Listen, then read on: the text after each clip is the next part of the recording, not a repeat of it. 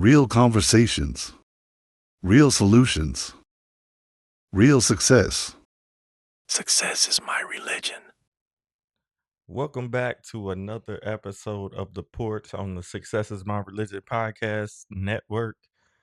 I'm here with the chosen one, The CJ. chosen one. Yeah. Yeah. And we are back again after being on a hiatus for 1 week because of not only just Mother's Day, but it was Mother's Day last week, and Yeah. we just chose to take a little Yeah. hiatus, a little pause. Yeah. A little celebration for the women in our lives. Yeah, for the mothers, the mamas, and mamas. So yeah. Yeah, a lot of stuff going on this week. So I'm in my final weeks of being in the school system. It's bittersweet. I am leaving safety and security to go off into the unknown world of social media, life coaching, marketing, all of that stuff, video content creation for success for 15 and 25-year-olds moving into the new year. I'm gonna give myself hopefully 6 months and see if we can really make some money off of this and see if people support it. I mean, they support it verbally when I'm out there talking about it and everything. You Yeah. be seeing it, right? Yeah. I see it. Yeah, but will they support it? That's Really, really. So we're the gonna we're hands-on gonna see. results. Right. That's what we need. Yeah. Um so we just gotta get people to believe. That's why we've been doing this podcast. And today is a little bit somber. Like I said, there's been a lot of stuff going on. We got graduation coming up. I'm going to graduation after this podcast. A couple hours Mm-hmm. after this podcast is being recorded. And you know, a lot of stuff going on. I told you about some of the stories last night. Yeah. We were at a dinner for a friend's birthday friend's dinner, and I was telling CJ and a couple other people that one of my students she failed her creative writing class, That's college crazy. credit class, and it was That's online. So I don't know if I told you this, but I probably have.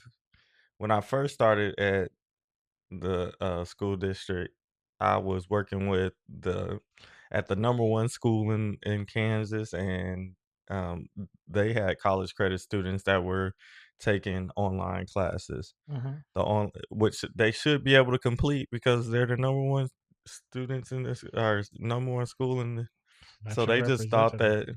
that, hey, we'll put them in an online class.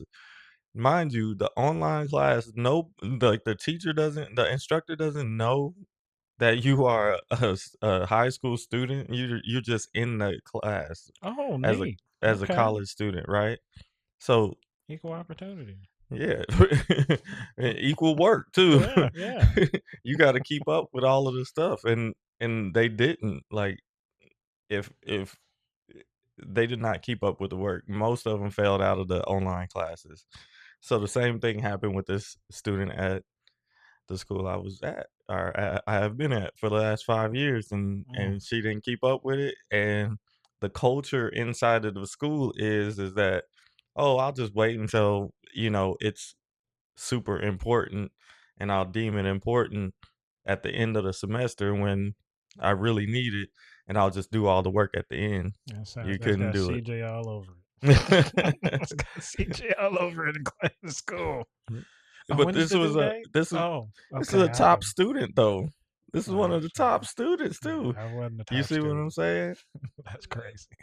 So when I signed her up for the class, because the reason why we put her in a online class is because she her schedule didn't allow for her to have um the regular creative writing in our school. Oh, okay. Okay. So So you what we should have did was just make arrangements for the her regular to one? yeah, for the regular one. Yeah. With one of our teachers, right?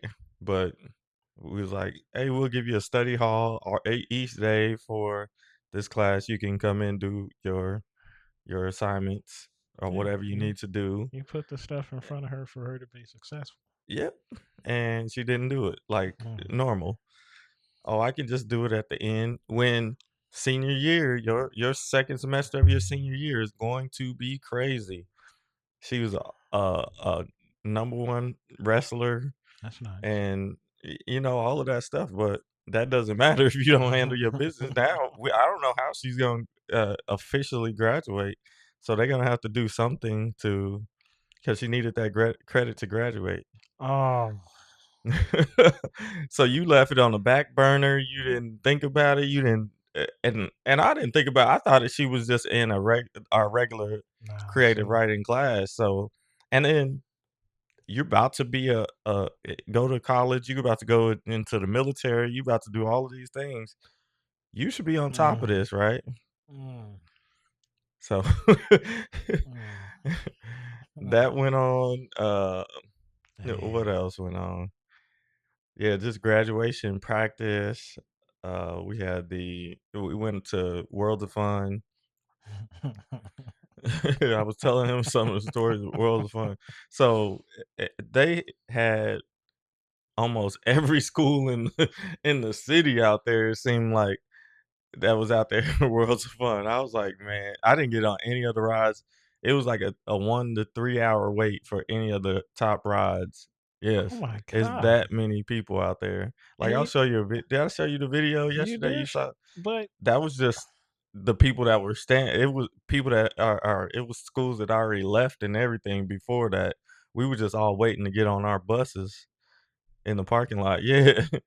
So, people were still walking around and, like, there were schools all over the place, but just right in that entrance section, it was like it was a lot of people there, right? Jesus.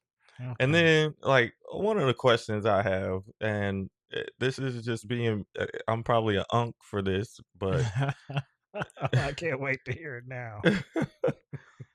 but how short is too short for your daughter's shorts? I say, you know, Man, a little bit above the knee. a little bit above the knee, As man. as a if I as a parent, a concerning parent, because obviously I've been an adolescent boy, so um, I know what time it is, and I know that those things do not change over time. No. So you would, being my daughter, wear slightly above the knee. Like Basketball shorts. I can't wear these new shorts now Right. in my size. I can, but they'll be Too mid far thigh. above Yeah, the knee. that's too questionable. So I Especially need for my daughter. Like, I my need regular daughter, like, size shorts. your daughter, though, Oh like, you yeah, have to specifically go out and buy these shorts and then let them wear the like, not necessarily. no, I'm just saying what happens, you buy the shorts, she's not buying the shorts. Right? I ain't buying them. Somebody's paying for 'em. I'm talking about what they're actually wearing. I'm No, not I talking know what about you're your talking height. about. We go try them on. Nope, that's not gonna work. Right. Are you even trying them on or is the mom letting them try it on? Like, that's what it is? You That's think what it that's is. I don't know, but, like, they were too short for comfort. Like like, that was uncomfortable for me to sit around and these were middle school age. Like, these weren't See, just the high hours. schoolers. Like, even our high schoolers were dressed better than these. Like, these are Lululemon, like, Nike short like, all of these shorts are made to the like, I'm talking about this much. That's how far it goes down from the waist to down the leg. That's short. Oh, I wish you would have just said that was like from the kneecap. No, That's even no. worse. From the waist to the shorts, it's like that much. I don't Mm, know how that looks on camera, but that's crazy. that is crazy, and I'm like and to be fair, it was all little white girls out there. It was 90% white girls out there. We're safe. No, we ain't safe, but No. I'm sure like we would have the same like some of my students, but they're 18 years old. Like I don't Yeah, I you're mean an adult then. yeah, you've been picking out your own clothes for a few years. These are they ain't even high school yet. So somebody's helping you pick out your clothes and they're allowing you to step out of the house like that. Uh That's I can't wrap my mind around. right. And uh, I don't know if it's right for us to say or whatever or talk about, but it is an issue that we are letting our young girls grow up too fast. And just right after that, like and maybe even while I was leaving the Worlds of Fun or the amusement park, I was looking at reels and this lady got on there and she reacted to a reel that this guy was Riz getting Oh, trying to talk to women on camera. getting his Mac on. Yeah. So he went up to this one girl and he was like, "Hey, are you married?" She was like, "Oh, no. I'm too young for that." He was like, "How old are you?" She was like, 14. Oh, And you he was sent like, me that. "Oh, y'all need to stop stop wearing makeup You and sent me that. I said, wow. and the lady was like, or I forgot what she She said, looked but like an adult though. yeah, she did look like an adult, but It's crazy. what did the lady say in that video? What was her reaction to it? Yeah, Well, I think she was like, "You can't get mad at the men for thinking that." Oh, it had another reaction. It had another video that went with the reaction as well, and she showed this guy. He was interviewing women, and she was like, or he asked the woman, "How old are they?" Or he asked her, "How do you think you look to other women?" Mm. And she was like, "Oh, I look." I think they would say my age, 18 or something like that. And then he took a picture of them and then went to the next woman. The next woman was like, "How old do you think this woman is?" Woman said 25. So she was 18 and the other woman thought she was Oh 25, man. and so they look older than what they what they think, right? Yeah. To other women. What do they think we looking at like, "Oh, if You you old enough to wear that, you." you getting carded. Every You're time, not like, getting, depending on where like, you're now I not can getting me. if you wearing a certain type of shoes, I know I can't even talk to you. If you wearing Crocs or, if you wearing, like, the Chuck Taylors that you work out in, you're a little Oh too young. man. All stars, really? Yeah, the Chuck Taylors, that's one of the, gym wears, like, I would be afraid that she would bust through the fabric. yeah, they don't care. They do it for they do it for, just as a trend. It's trendy. It I'd be is. like, "That is not even a functional shoe for what you're That's what I'm trying to do." saying. It's crazy. They look Yeah. ugly, like, you got them tied up super tight, like, they don't even look fashionable, but, everybody's trendy, like, if everybody else is doing it, I need to do it. Nope. That is untrue. Yeah. Please forge your own path. When we have our own path to really be able to do that, right? Yeah. I mean, we have enough clothes and different pairs of shoes and stuff, different styles and everything to do anything that we want, have any kind of style that we want, right? Yeah. I need to upgrade my style. And That's, we are in a different time period, I think. You know what I mean? Like we're buying stuff that we couldn't buy when we were younger. oh, definitely. They're buying stuff on purpose because they can afford it or whatever. So they're buying it on purpose. And I guess we would have bought it. I mean, I can't fault them too much because we would have did the same thing. We would have bought the Jordans back then if we could have afforded them. I would have definitely appreciated the price way better back then than I do now. Ah, it's tough being old, and I mean, not necessarily being older and already going through one of the cycles, and then you get a young person that's like barely 21. It's like, oh yeah, these are new colorways. Like, that didn't even exist until today. And you pay 225? That's crazy. And I'm about to pay 225 for it too, because That's I want crazy. them. Give me 2 pair. Give me two. Give me My 2 per. birthday's coming up, so my irrational spending is compensated. Yeah, yeah.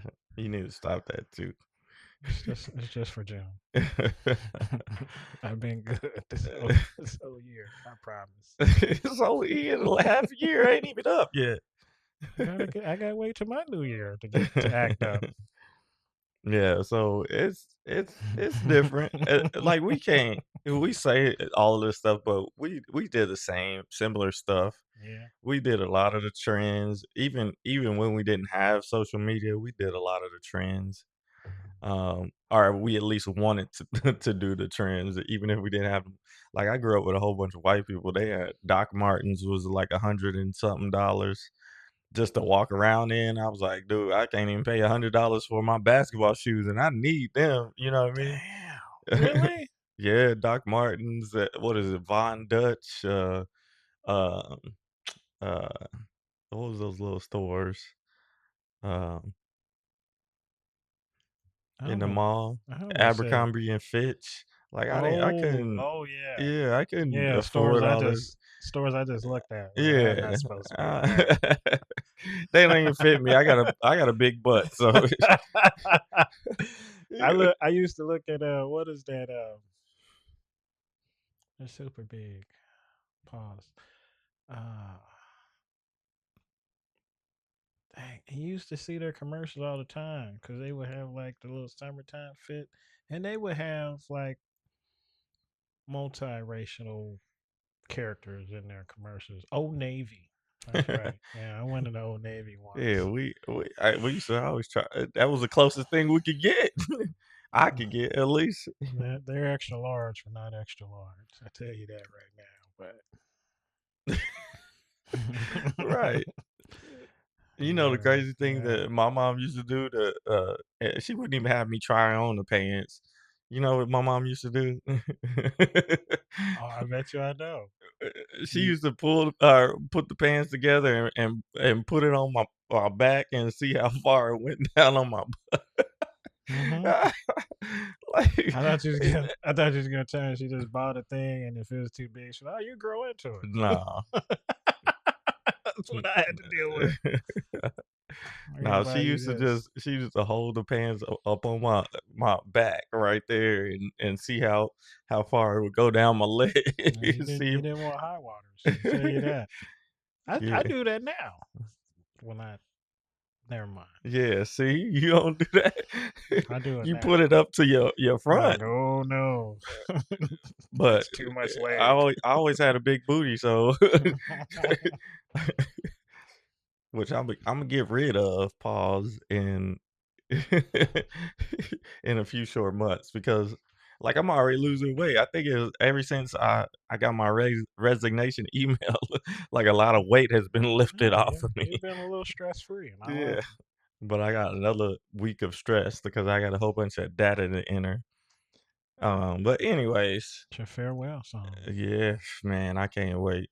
I'm gonna try to get all that stuff done on Monday, tired or not. I'm gonna be typing in names and do all that stuff. Hopefully my thumb is it's a little bit better today, but Swelling. Oh God. Okay, yeah, swelling did go down a now. little bit. So I'm a little bit better today. Um, but also, yeah, we had a death in the family. Rest in peace to my rest in power to my auntie Geraldine. Mm, She passed away. She had been dealing with some health issues for quite a long time, and our family had to go ahead and make the decision to take her off the ventilator mm, and do all of that. So she passed away on Wednesday, and you know it was a somber day. I don't really react to death like other people. Like I internalize it. Like I definitely do. you know what I mean? And that's the topic of today is we must live well for those who aren't here to live well for themselves. So how you deal with death can be a catalyst to success, which is an adversity, and every adversity comes with it the seed of its equivalent advantage. So, how have you been dealing with death before you even met me? Like, I bought from my start, and we'll go through the significant deaths that we've written down, I guess, and we will kind of share instances of what we felt at that time because we're at different ages Yeah. and different things like that. Well, for me, I try and process. Now, obviously, if I know that it's coming, then I can prepare a little bit better. And Mhm. the impact is still abundant, but it's a little bit better for me to handle. But I think when I was a adolescent, I had a couple of uncles that passed away. I don't recall going to their funerals, so um, I didn't really have a reaction. I just knew that I wasn't going to see them anymore.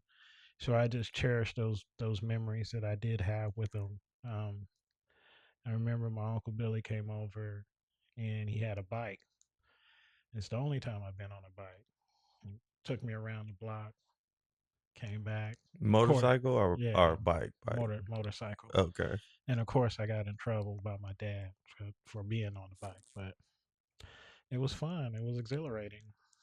I've never experienced that ever again, but And so that makes me bring up a point. Like we must live well for those who aren't here to live well for themselves. That was the first time being on a motorcycle, right? First yeah, and last time being on a motorcycle. Maybe, and this is my thought with that quote, maybe it was an introduction to something that you need to explore and see if like this is something of enjoyment to you. I You know what I do mean? enjoy it. I know, but Yeah. like you ain't never been on it again. You never even took no classes to even get your license to see if you wanted to start riding or anything like that.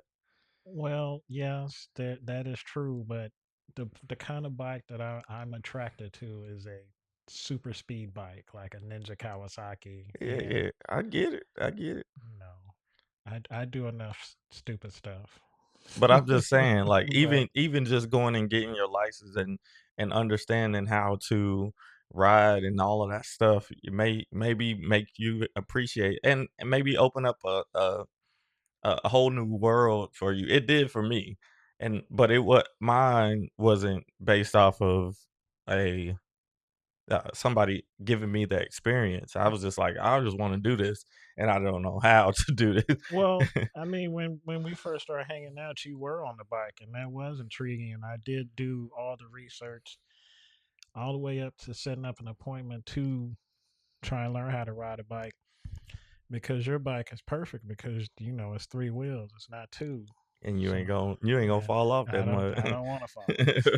It ain't if you fall off, it's when you fall off is what they say. Yeah, well, I don't want to experience that at all. But Yeah, it's still in the back of my mind, and I still know where I can go get because trainer. there's like a bike shop right up where I live. So I drive past there and I see all the stuff, and then I'm like, well, that's a new adventure. So it may happen when I turn 45. Um, but You yeah, turned 45 this year? Golly. turn that.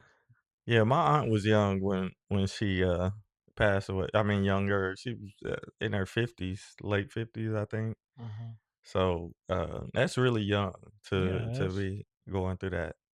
And mind you, like this, and I think her passing made me add another layer to to my I mean, which is already in the philosophy, but health, like, you gotta take care of yourself all throughout life.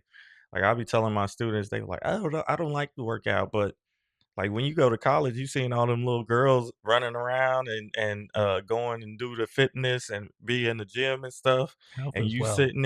sitting in your room and stuff and eating and getting your little freshman 15. They understand that you need to do something active on a regular basis. They Oh yeah. probably played sports, but I mean. I'm not just talking about the women. I'm talking about the men too. We still have to take care of ourselves. We still gotta go get checkups. We still gotta understand, but we didn't have that, a lot of us, especially in the Black community. We're not given the or we're not empowered to go to the doctor and ask questions.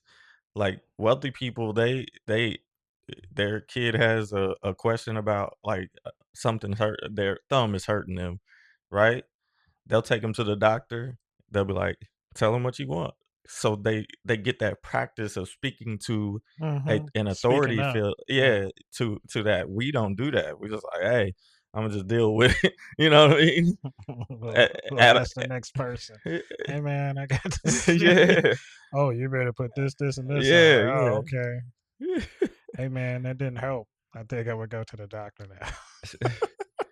So everything is really, like, for me, is really going to, like, what I need to teach the world. Like, hmm it's not just, and I'm not the guru of everything. I'm just trying to help you get to the guru. So if you don't have the discipline and the habits and already created, when you get to the guru that's going to help you get to the next level or wherever you choose to go in your health journey, um then you're not going to be receptive to the information. No.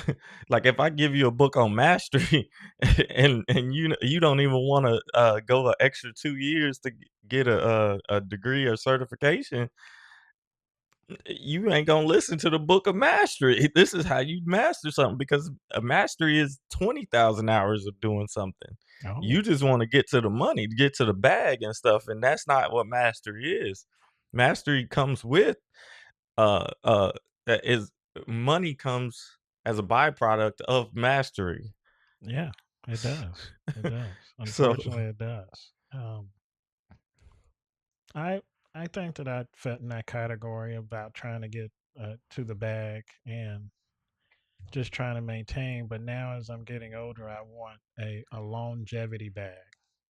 So now I'm trying to focus on setting myself up so I can get in the loop and get like something else like $5,000 a month extra. and and this is what I be telling Black people all the time. We have a problem. We do get money, hmm but we don't get money. You know what I mean? We haven't saved enough to where that money that we're getting it, and it's going right back out, right? Oh yeah, yeah, yeah, Yeah, so yeah, so definitely. the we need to most of us need to get money, get enough money, and that's why saving is more important for us than anybody. Um, because even if we got $5,000 a month, if we're spending $4,000 a month, like, we only got $12,000 in, and which is good, but what if that $5,000 was extra, we're still trying to spend that. Soon as we know that we get that $5,000 a month. You see what I'm saying? There's a Yeah, difference. but I So I'm but not saying that you it's no, not you. no, I'm just no. saying. I'm saying that okay. For an example, me and my coworker had a thought process of what we would do if we hit the lotto. I said, well, first thing I'm going to do is try and secure my funding to where it could spread out, um, like generational. Like I would like maybe start bank accounts for like my cousins and their kids, my sister, all my family members and stuff. They can have their account, and then they would have like a trust. Like something major happens, you want to buy a house, you go to the trust. Obviously, the trust is going to own the house, so it can't be taken away. But I've been really on that, trying to figure out the master way of doing it, and obviously it takes money. And that's what I'm saying. And that's exactly what I So was like, you have to have money to do these things that people with money do. And we don't have it because we spend it so quickly. but I feel there's a loophole, especially if you have like a what is it, a index life insurance where you can borrow against. I said that Uh, wrong, didn't no, I don't know what it is. I'm just I? saying. Oh, I'm just laughing because who has that? nobody, because I mean, no, I'm there's just certain saying. people, there's certain people that have it, but you have to look. It's not information that they're just going to be like, Right, right. here, do this. Yeah, yeah. I get Those it. those secrets are kept from us. Right. So I had to do some digging, and And then so it do took you me have to. one now? I'm working on it because You gotta switch some things around and yeah, you gotta do some no, things, I right? want I want a certain amount to like start out with, Oh yeah, because because you because then need money. yeah, I do need money. We need I I, money. I need it every day. We need the money There's first, there's and a lot of that's the plain and simple fact about it. We need the money to make any of these moves. You need the money. We understand that, but we also need to master some things in that process. So if we're taking a 18 to 25-year-old and telling them to do this, they're barely making any real money. They haven't even saved the money because they've been spending the money. So that's the problem. hmm So and I'm not mad at you spending the money. Let's spend it on a budget. Let's limit some of the things. Let's maximize some of the things that we spend our money on. So if you can't just go to a concert every single weekend, you're spending a lot of money.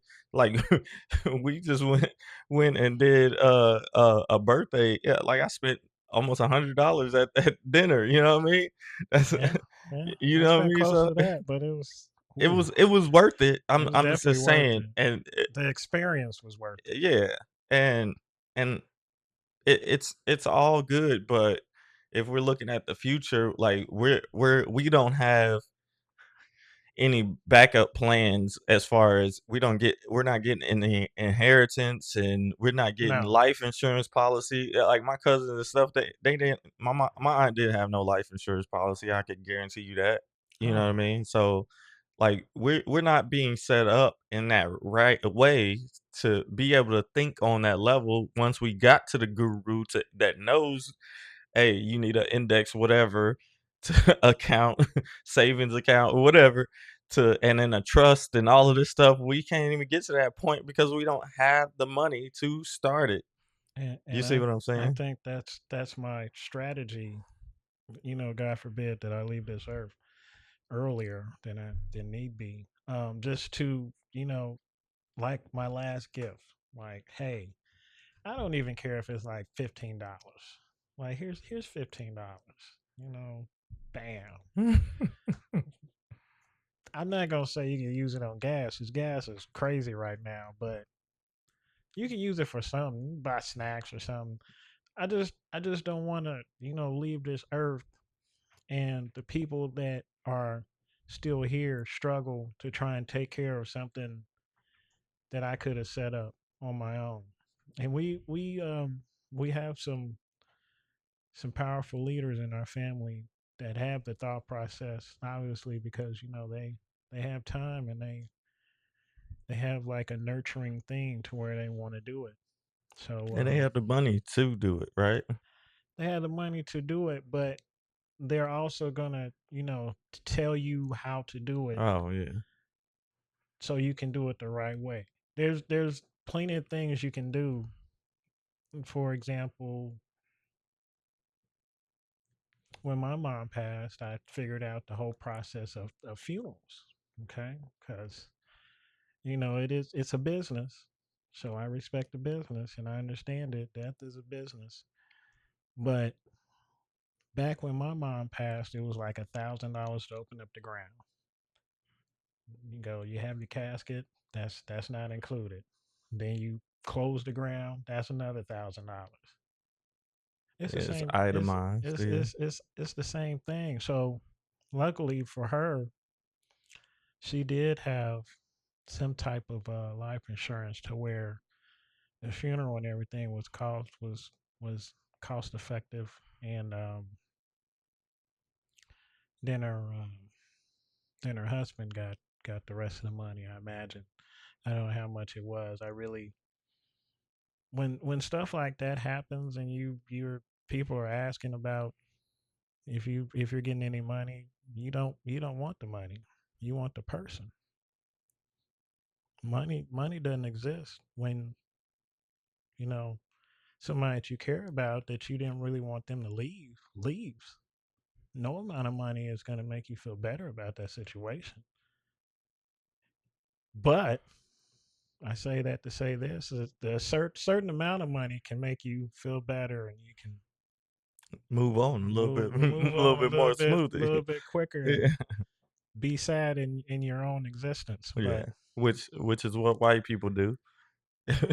To be honest, like they parents and stuff pass away, they getting $500,000 in a house, and a house and that's already paid stocks, for, investments, and all kinds of all of stuff. that stuff. So and like I said, we on one of the previous podcasts, we are first generation free Yeah, legally. You yeah. know what I mean? So let's transition into like what was your first um experience with death? Um. See, you Well, should have wrote it down. I told him to write it down.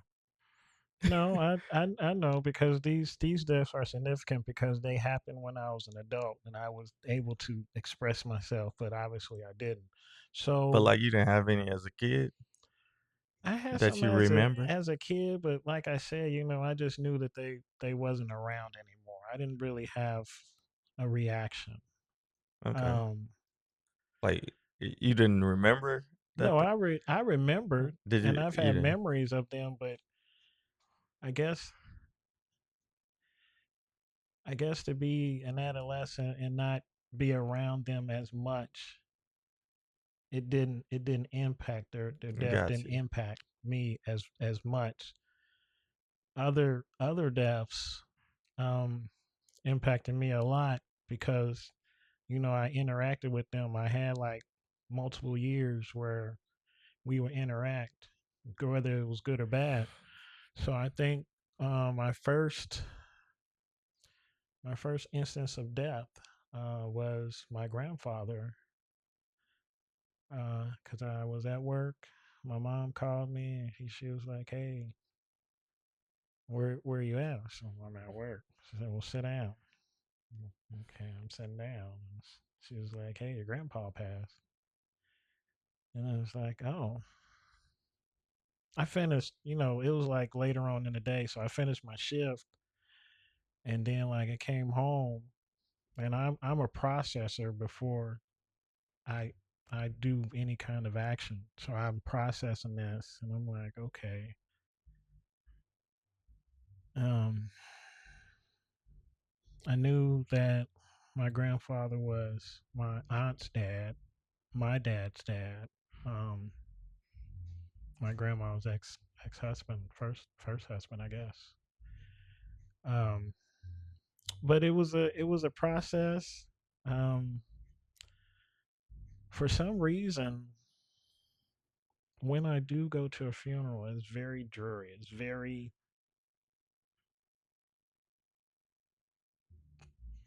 I don't even know how to describe it.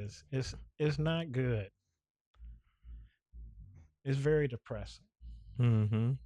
And you know, I remember walking into the funeral home and seeing my grandfather lay there. He looked good, as black people would say when they see their loved one for the last time. He looked good, but my dad's reaction was not what I expected because I didn't think they had a great relationship. But obviously, when the person that made help make you is gone, then whatever emotions you have um spills over, and he was like all on the ground and crying, and he could barely keep himself up. Um that was a crazy experience. Um that was my first one that I had to process and actually understand that it was a final thing. It wasn't like I could call him or be like, "Hey, I got some Domino's pizza. You want some Hmm. Domino's?" He was big at Domino's before they started robbing in our area. He worked at Domino's. No, he didn't Uh, work. He was retired. When we were living together, he was retired. He was always home or fishing, and then he had a stroke, and then he was gone for a minute. Then he came back, and everything was just but you different. said he was big at Domino's. I'm trying to figure out what Oh big no, at he just Domino's he meant. just ordered Domino's like Oh, every okay. other day, like 3 or 4 pizzas, and then you just eat on it. That's all I ever seen a man eat. Oh shoot. But yeah, that was a process. That was my first taste of someone significant meaning something to me. Um, and then I could just keep going, but no, But you don't want to ask me, so it's all good. It's I'm all good. giving you the floor. I know, It's but your you ain't day. asked me nothing. They like, I'm about to ask you right all now. right. What is your first significant death in your family that affected you? Well, my first experience with death was in fourth grade. My classmate. So we had just moved out of the city, and one of my one of my neighbors, we played together like almost every day. We came home from school. My mom, I'm a latchkey kid, so my mom wasn't home, so we would play outside or whatever. And she got killed in a drive-by shooting, Hmm. and yeah, her uncles, which she was living in one of those houses where everybody lived in that one house. Oh. And one of her uncles got in an argument with a dude, and this was at the time where they was having a lot of drive-by shootings and everything going on. So we had just moved out of the city, and like I would say not too long after I got out to this was in the middle of the like first few months of school. We moved out there, and uh then like yeah, we're going to a funeral. Like but like I didn't have like now somebody gets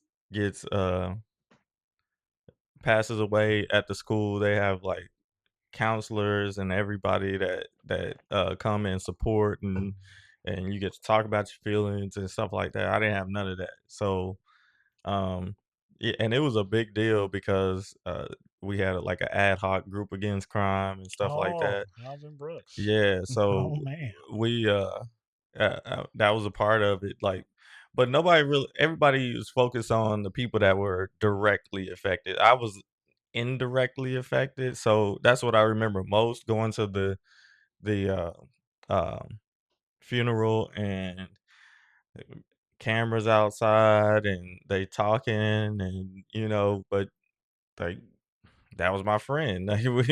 Like we would never get to see what she would have grown up to be. Yeah. Maybe we would have even dated, or had that love and basketball story. You don't ever know Oh yeah. what could have happened. Um, but that was my first experience. Even shortly after that, one of my cats died. Like I didn't really cry when I went to the funeral and anything like that, but then my cat died, and it just came out. Like I'm crying at school and stuff like that, and they like, what's wrong with this dude? I know they were like that, but I don't know what they said. It hit me real hard Yeah. because I guess that was the emotion coming from the uh, death of my friend, right? Hmm. So that was interesting because yeah, that was my first time being at that school, and then somebody had some hamsters. Like one of the teachers had hamsters, and they had a litter, I guess that's what they called, and Mm. they gave me one, and we had a hamster named Speedy because it would just run all the way. It was so fast, it would run across the room as soon as you let it out. But That's awesome. so that kind of calmed my nerves. And then that was my first real experience with death, and so I got hit twice Mm. in the same year. So, um, but that looking back on that, when a few other people passed away, I was like, how can I, how can I honor the people that passed? How can I honor the people that passed? And the only way that I can see that I can honor somebody that passed away is to live my life the best that they couldn't do. Okay. So that's why I came up with that quote. We must live well for those who aren't here to live well for themselves, because there's nothing else. We can't bring them back. Um, we already go through enough in our day-to-day life that we can't dwell on their passing. They pass for a reason, whatever you think that reason is for. But what I can do is experience some things that my aunt couldn't experience. Yeah. Yeah, I can experience some things that my neighbor friend couldn't experience all throughout life. And um, one of the biggest transitions for me was going from high school to college, right? Okay. My aunt was never a not this aunt that recently passed, but in high school, I had an aunt pass my senior year of high school, and it had to be around my birthday time because it was in this um like her funeral was on my last game of my basketball career, so it was in the district tournament, like you know Oh, what I mean. yeah. Um, So it had to be in January, February, where when she passed away. I need to ask my mom. I always want to ask my mom or my cousin, but she passed away.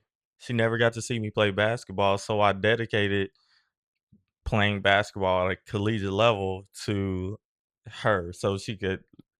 At that time, I was super religious or whatever, and I thought she was just looking down on me, and she could see me from wherever she was. So, like, I played it to a positive, right? Mhm. So I let it guide me. Every time I went on the court, I thought about my mom and what she been through, and my aunt, and not being able to see me play basketball. So I'm gonna go out here every time on that court and give my all, even in practice. I'm gonna make sure that when I get in that game, I'm gonna be able to perform at a high level so that I can show them that, hey, I'm doing something, right? Yeah. Um, so that was a in my transition, like I was leaving college or high school and going off to college, which is kind of like where we are right now in a transition to the unknown is where it's leading to. And Mhm. um like I'm in that unknown, but I have to be okay in that unknown because I'm about to experience some things that my family members couldn't ever experience because I'm still here Yeah. and I'm still able to do. So we gotta use their lives as a testimony, whether their lives was great, bad. Like I had a cousin, I actually saw him pass away. He was on hospice, and it was crazy because we all had to leave. Like we were all about to, like we had to go to work the next day. We couldn't stay there with them, and I mean we could have took it off, whatever, but he passed away before we left the room. Like, we were all, saying our goodbyes to each other, Oh. and right before we left, because there was not anybody, like his one of his baby mamas, his kids, nobody could stay with them, but we was like, we still have to go home and do what we need to do for the next day, right? So he passed away right before we were about to leave, so we stayed and did everything for him. So, like, and that Oh. was a few years ago. He died at 43. Um, like, he had a lot of cancer and stuff, but he was the misfit cousin who has like 9 kids by different baby mamas and stuff. And Mm. that, not to say that's a terrible life or whatever, but obviously, like, he wasn't able to take care of all of them like anybody would want to really take Yeah. care of them. Yeah. Um, but still, his life was meaningful. I can make that into a meaningful um inspiration. Like, maybe he was telling me before before we before he passed away, he was in the hospital and I went and visited him. Just, I visit everybody in the hospital uh just to make sure they all right and all of that stuff. And he was like, "Oh, you need to have some kids now. You need to have a whole bunch of them." I was like, "Dude, I ain't married." He's like, "Oh, that don't matter." Yeah. I'm like, "Yeah, it kind of does. I wanna give my kids a different experience." So, Mhm. that I didn't have, he didn't have, different types of things. So I can experience something that he wasn't able to do, and what I wasn't able to do, and that helps me move forward and do something positive with my life. That's why I say we must live well for those who aren't here to live well for themselves. Yeah. Um, that's very true. And for most people, hopefully you can bring that to fruition. Um, a couple of deaths I experienced, I felt real terrible about because I was gonna plan on going there to visit, and I was like, I'll do it tomorrow. And then lo and behold, they pass away, and I'd be days on end, be like my aunt was in hospice too, and I remember visiting her, and she couldn't hear me or anything like that 'cause she was induced into a coma, and she had some form of stomach cancer, but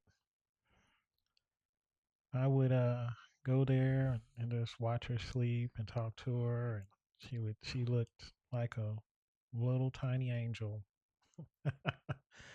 uh, just not not being in pain makes me feel better.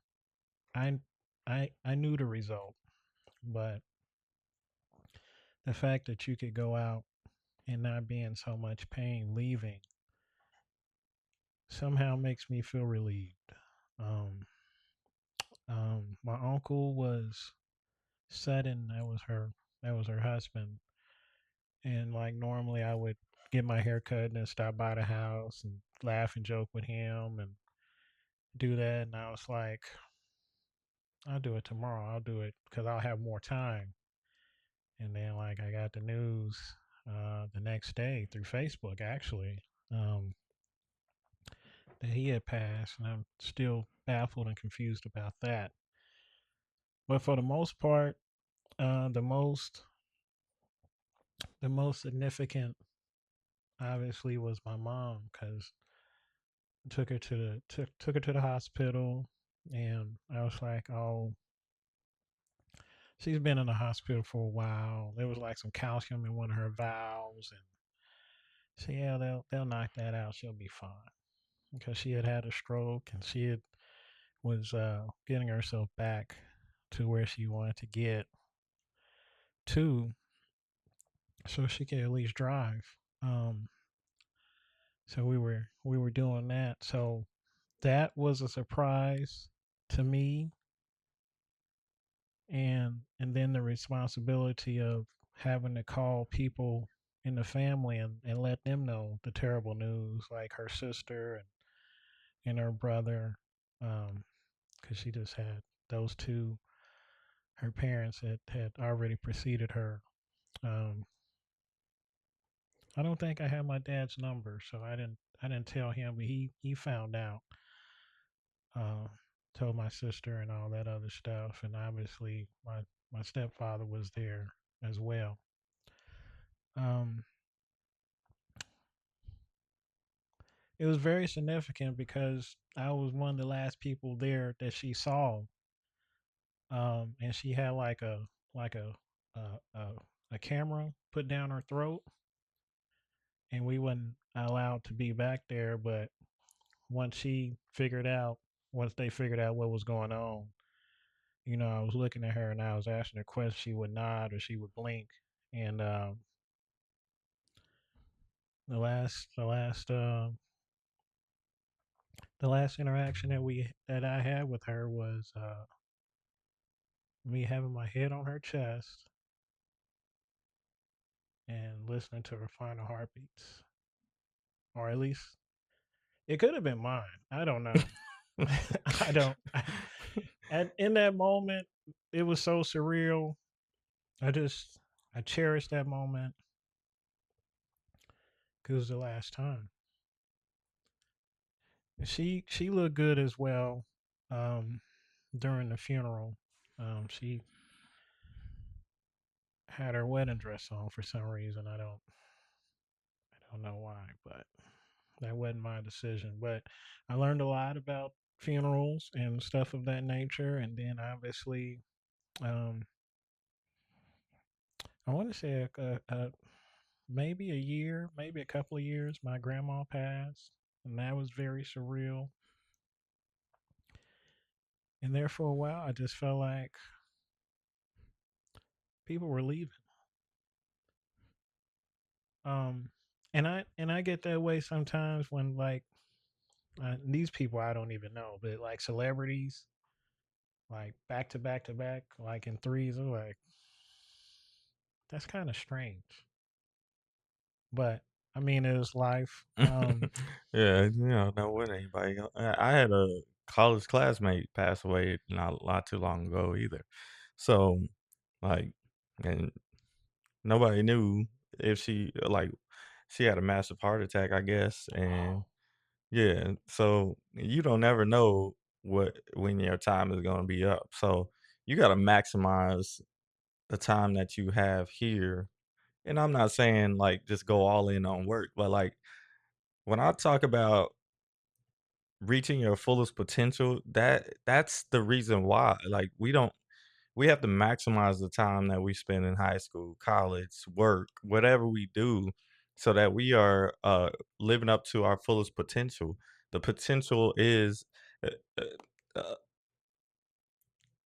we have to apply the potential. We don't know what we can offer this world if we just let everybody put us to work and just so we can make money to live the next thing. You know Yeah. what I mean? Unless you're really out there getting money and actually exploring the world and doing all of these different things.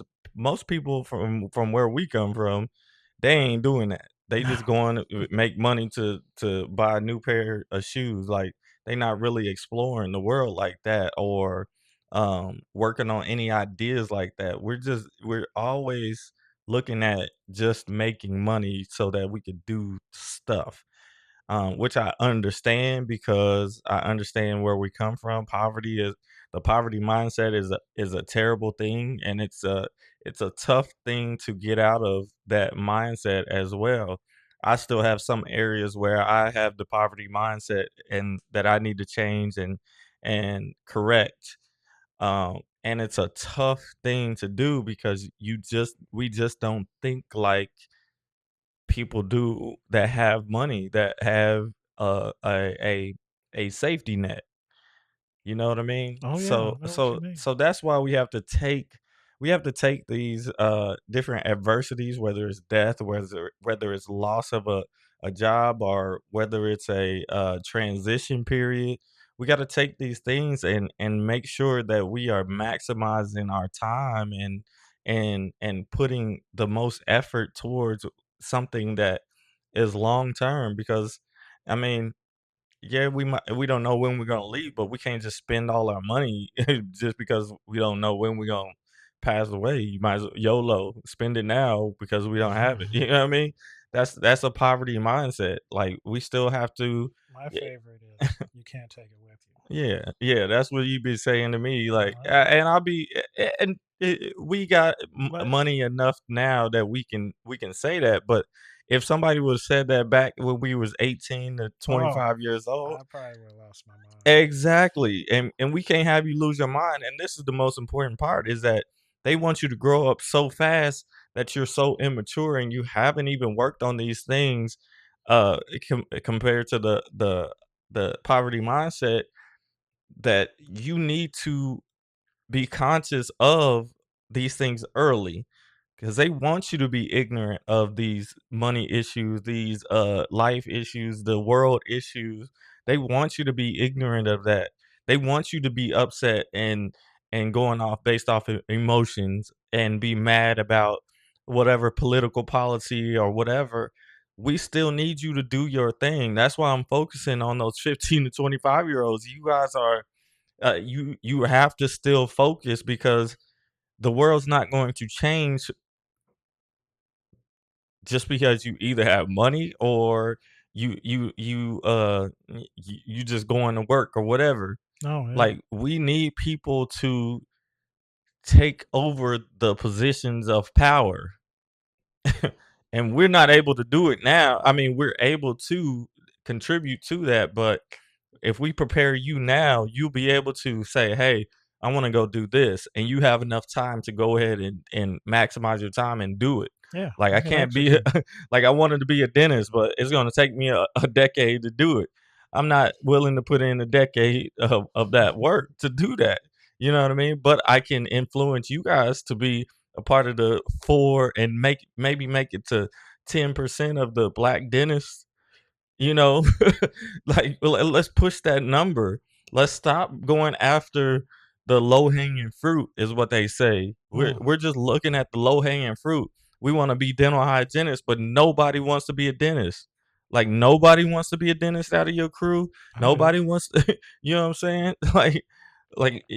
Even if you had 3 dental hygienists and one person go be a a dentist, like, once they get done with their dentistry, y'all all go work together and build a dentistry Have to practice. at the practice, and y'all already had y'all 2 years of training or whatever, and then you go out into the real world, you start working for something, and then your friend is still going through dentistry school, and they're specializing and doing everything that they need to do, and then they like, "Hey, now it's time. Hey, we can make this whole business, right?" Show enough. You got experience. You're not just coming in fresh out of the classroom. Mm-mm. Like, that's how it works. That's how it can work. I'm not saying that all of y'all need to go and be dentists, but like, strive for a little bit more. Like, it's just a little bit more time. Yeah. If you can go get a CDL license, which is a comprehensive thing. You got to practice. You got to read. You got to Yeah. take My tests. You got to. my friend has one of those. Yeah, And and he's you can't do alcohol. You can't do alcohol. You can't do drugs. you can't You do you can't anything. do nothing. Like, you might as well, if you can get a CDL, you can get a degree. If you can get a degree, you can get a professional certification or whatever. There's a bug. Like, yeah. Oh. But you see what I'm saying? Like, we're going after these low hanging fruits because we don't like school, and our school was terrible, and this and that, and I just want to get out and go to work. That's exactly what society wants you to do, especially in the United States. Yeah. United States wants you to grow up so quick that you forget to you forget what's inside it, the gift inside of you. You forget what the gift is inside of you. You don't even know what that gift is. Your gift doesn't even come out until you close to 10,000 hours you of work and grind and everything, study of yourself and others and your circumstances. You will not know none of that until you have pushed beyond your limits. And just stopping to go do work, do you think they just gonna let you move up in the company as a little black kid? They just gonna let you be at the top of the company. You're gonna surpass people that they done got their kids on to their job. And I'm talking to some of the waste management workers. Well, if we get these students in here early, like they can start working on their retirement later on. And I'm like, let them explore. Let them go explore for 4 or 5 years. Let them go get a degree. They don't have to start working at 18 years old. I Just sure because can. you didn't have to do nothing. I mean, you did it. You see the advantage of doing that, but like, dang, I gotta start working at the waste management company at 18 years old, and that's where I'm gonna stay for retirement for 20 years. I'm gonna do that. But the attraction is the amount of money you get. And if you've never had money, then that's an easy trap. Yep, and Easy that's trap. exactly what they want you to do. Because what I saw uh, some transcript. I don't know if it's gonna happen or not, but with our with the president, I don't know. But Current administration. uh, minimum wage is supposed to be like $25, and I was like, well, didn't they just raise it a while back? Because that was a big impact. And I know that we're probably getting off subject, but it was a big impact because the McDonald's workers, I'll just say that as an example, didn't they moved up because they got more money. So the middle class people did get more money. Mm-hmm. That caused a clash because now they're seeing people they were used to looking down on all of a sudden way shopping where they were shopping. So what do? Well, you try and go and elevate yourself. So the middle class people was trying to shop where the rich people were, and Oh snap! I didn't think about that. the Yeah, rich people just looked at them like, yeah, that's not gonna last very long, no, and and they that's wasn't, and exactly they what they and they want you wasn't to do. worried about it. Yeah, no, You're gonna go back to your level once you realize that it's thin air up here. It's mile high air. I'm not a Broncos fan, but it's a monopoly effect, and I and that's how didn't. they always get poor people anyway. The Yeah, poor people want what the rich people have. The rich people buying the stuff that the poor people should be buying. They buying cars that's lasting 200,000 miles. We buying cars that last 100,000. You know what I mean? and we And and it's we more expensive, and we they in can debt. We we in can't debt. keep it. We can't keep the maintenance up. Yeah, we can't keep the maintenance up. Yeah. Dodge Chargers brakes is like $2,000 a rotor.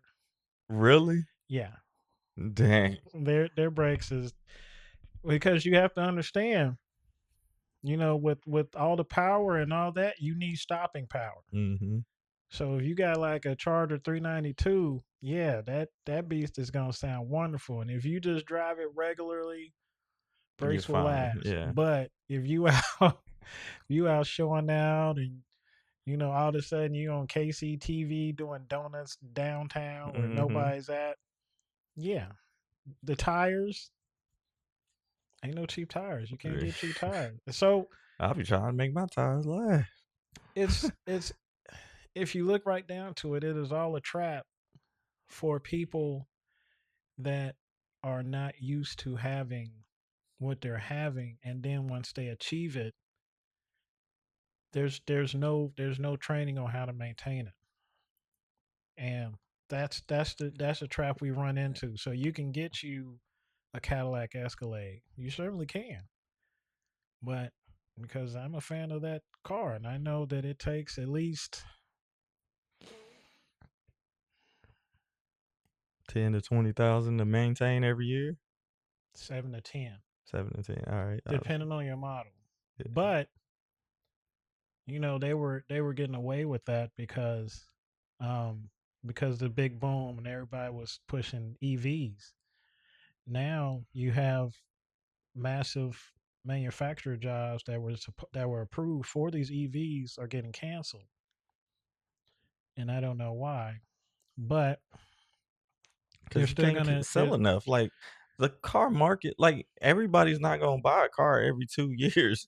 Like that's crazy to me. You Like can't where afford it. you can't afford it. No, like that's what I'm saying. Like so we've seen it in athletes, especially athletes that we grew up watching. Not the athletes now because they're getting so outrageous contracts, but Crazy look, you got to contracts. look at the people at the end of the bench. Like they not getting the contracts that the big name peoples are getting. So they're having to manage their money a lot better because they got all of these different taxes. Every state they play in, they have a tax. They have to be aware of all of these different things, and people are not teach. So they want you to get that money quick. They want those people to be 19 years old. Oh, he's a phenom. He don't have to go to college. He gonna get NIL money, but you still get taxed on that NIL money. You still like, and it's not all about money. They want you to think that it's all about money. You, your sports career is only gonna last so long. Yeah, it's a tiny window. Your Especially, well, it's a tiny window if you're not that good. Yeah, but it's still a tiny window. So The you can average is like process that. 5 to 7 years, and that's depending on what position you play. And Yeah. in football and in basketball, it's probably man, you know how many sports players are out there trying to get in these positions, and all of their focus is on that sport, which is mostly black males, right? Oh And yeah. we're all just focused on being successful in a sport or fitness. That's why you don't see me posting a lot of fitness videos. Like I don't want to be categorized in the fitness field. Like it's fun, it's enjoyable. I help people do it, but I do not want to be known for that.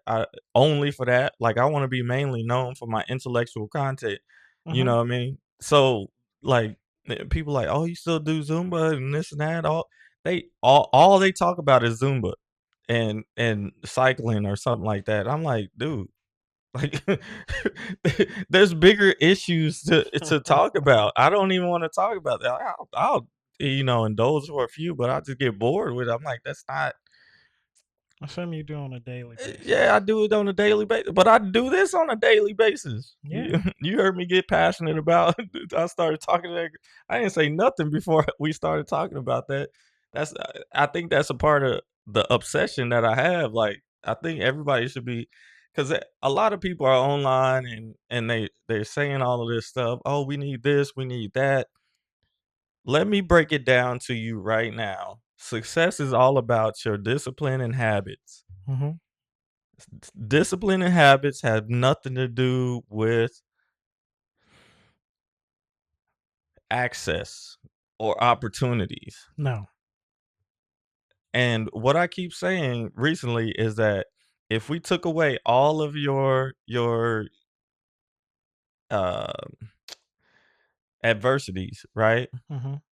If we took away all of your adversities and we looked at your habits, right, and your discipline, would those line up to being a successful person? Not right now. Eh, you feel me? So like I look at my students, I'm like, all right, if we took about all of this stuff that holds them back, if we looked at your habits and if I was the universe and I was going to give you an opportunity to change your life based upon these habits, I couldn't give it to you because you're not ready for it to happen. So what I'm saying all of that to say that in your high school, in wherever you are, you have to maximize that as far as your discipline and your habits. You got to make sure everything is on point. You being there on time, you turning in stuff on time, you're asking questions, you're trying to learn the correct way. How they want you to learn it. You know what I mean? Just doing it the right way, it'll get you the opportunity is gonna come. But I mean, if you keep on getting into your emotions about your adversities, which are viable, like they're valid, right? Yeah.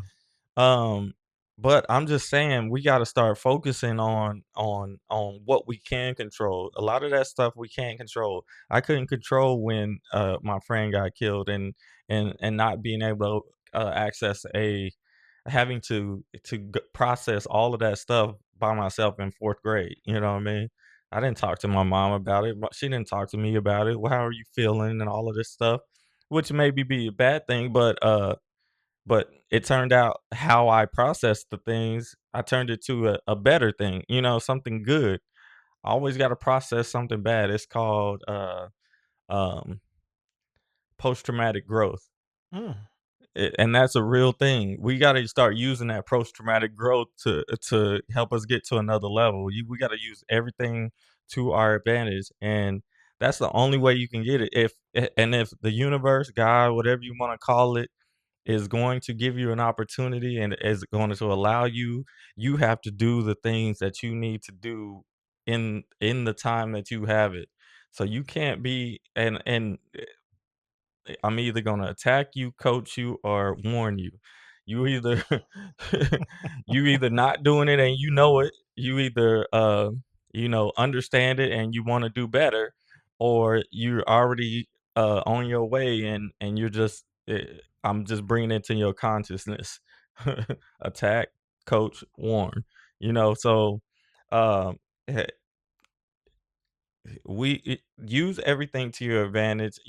Every adversity comes with it the seed of its equivalent or greater advantage. Mm-hmm. And even the adversity of our relatives and ancestors, we can use that. We are supposed to use that knowledge of what they did in the past to us.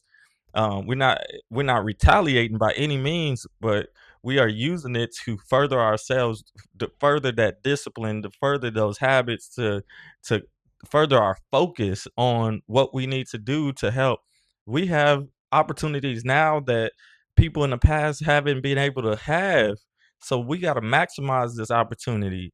So if we're getting the money that people were getting at 30, 40 years old, at 18 years old right now, we need to do something proper with that.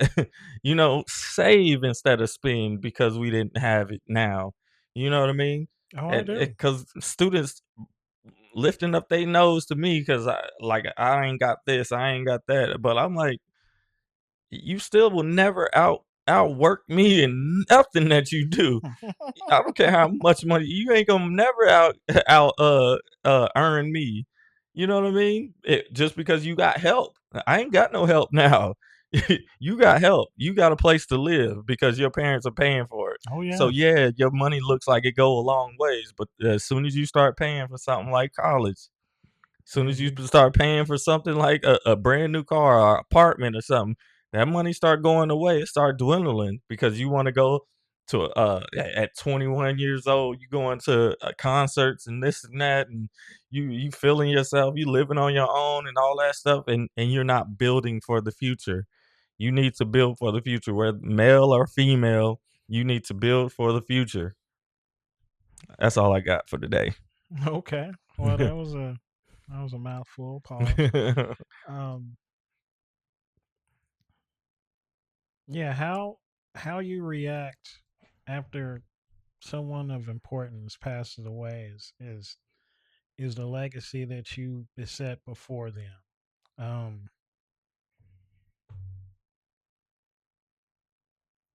And I know that I do not act or react the normal way.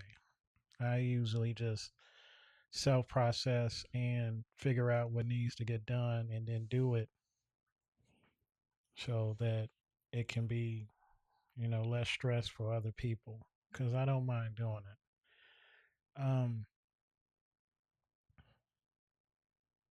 It can be difficult. I think that most of the time grief hits you in waves and sometimes it can hit you in different aspects. Um, Let it hit you. yeah, Let you it hit you you. you Go through the do process, you but do then have to do it. But you got to come back on the other end and get back to work on yourself and on your future. I have lots of music that I can associate with certain people in my life and different I won't say adventures because they wasn't fun, but different circumstances in life. We didn't get to that, but it's all a process. Um, they are probably watching down on you, and they want you to do the best. My aunt, who passed before my uncle, used to say that the best deserves the best. She used to have a whole lot of sayings, um, and they were motivational. But once you don't get to hear those things, from the oh uh, the main perspective or the main character that came up with it, then the essence of those statements kind of hit differently, and then you should move differently. But we're gonna wrap this up, and I Yeah, want you to. so use death as a heavy motivator, and however you use it positively, where you think that that person is looking down upon you, that to help you make better decisions with your life. If you have to do that, do that. Take all the positive. Like I look at uh what is that, the astrological signs, Oh yeah, astrology, or what do they call it, yeah. You have uh astrology. what are the signs and stuff, what do they call that? Aries, Oh Aquarius. yeah, Cancer. What do they call those things? Um, moon signs. Whatever. That's not what the word I was thinking about, That's but that's not it. Okay. uh, so if I look at those things and I just take the positive out of it, you know what I mean? I don't look at the negative. I'll be like, whatever.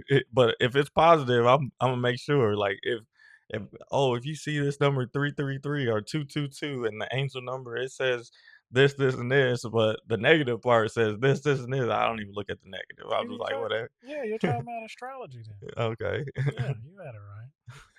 But we got to use everything to our advantage. This is just a tribute to my aunt and his mom and all the people that have passed before us. Hopefully that we can learn something, like go through the grief and cry, do whatever you need to do, but understand that you got to get back up and get back to work on yourself Oh yeah. and your life. Do better. Do better than what they did. Do what they couldn't do. Do experience things that they couldn't experience. Do all of those things, and then you can honor them through your life. I think that for the most part, whether it's death or alive, I think that you should cherish the people that you do have around and make sure that they know that they are. I've went as far as to give people flowers while they're still here, and hopefully it's not awkward. But I just want people to know how I feel about them and the way I feel. So if lightning strikes and I'm not here, I don't want them to think that I felt a certain way about them because I want them to know while I'm here. I want them to hear my voice. I don't want somebody to say, "Oh, this person he really loved you." That person's gonna know, especially if I'm in communication with them or I hang with them, adventures with them, anything like that. So cherish